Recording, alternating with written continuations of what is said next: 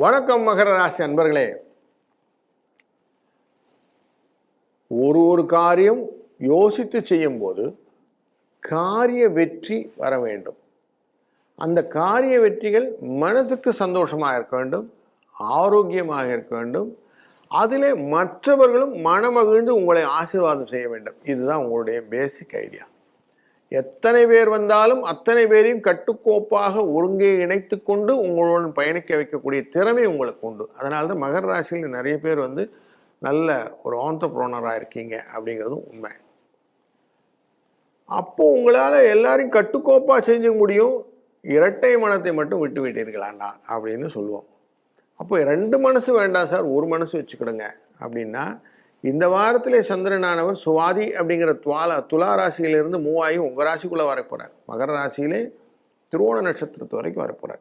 அப்போ உங்கள் ராசியை தொடப்போகிறார் அப்படிங்கிறனால மனசு கொஞ்சம் குதூகலமாக இருக்கக்கூடிய வாரமாக இந்த வாரம் இருக்கும். சில காரியங்கள் எல்லாம் உங்களுக்கு மனசுக்கு ஒத்தினாபால் நடந்துக்கிட்டு இருக்கிறதுனால சந்தோஷங்கள் இருக்கும். சின்ன சின்ன பிரயாணங்கள், புண்ணிய யாத்திரைகள், நல்ல ஒரு தெய்வீக மாற்றங்கள், இதெல்லாம் உங்களுக்கு உத்வேகத்தை கொடுக்கக்கூடியதாக இருக்கும். மனசில் ஒரு சந்தோஷத்தை கொடுக்கக்கூடிய நிலைபெற்ற சந்தோஷம் அப்படிங்கிறது நித்திய வாழ்வு அப்படின்னு சொல்லுவாங்க. அப்படி கொண்டு வந்து இருக்கும். அது மட்டும் இல்லை, இந்த வாரத்திலே அனுஷ நட்சத்திரம் அப்படிங்கிறது மகா பெரியவருடைய ஜெயந்தி இருக்கிறதுனாலே குருவை வணங்குவதனாலே உங்களுக்கு கிடைக்கக்கூடிய லாபங்கள் உண்டு. ஏன்னா 2ஆம் இடமான உங்களுடைய கும்பராசியை குரு தான் பார்த்துக்கிட்டு இருக்கிறாரு. அப்படிப்பட்ட குருவில் மகா பெரியவரும் ஒருத்தர் ஸ்ரீ ஸ்ரீ காஞ்சி மகா பெரியவா, அவருடைய ஜெயந்தி இருக்கிறதுனால அந்த 10ஆம் தேதி ஜெயந்தி. அதே போல் விசாக நட்சத்திரம்னா அதுவே உருவாய் அருள்வாய் குகனே அப்படின்னு குகனை நம்ம கூப்பிடுறோம், முருகனை.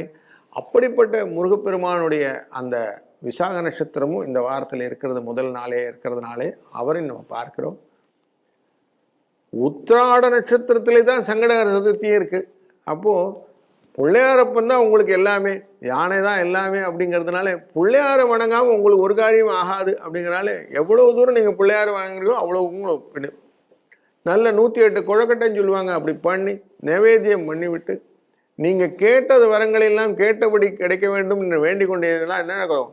நல்லது நடக்கும், நல்லதே நடக்கட்டும். வாழ்க வளத்துடன்.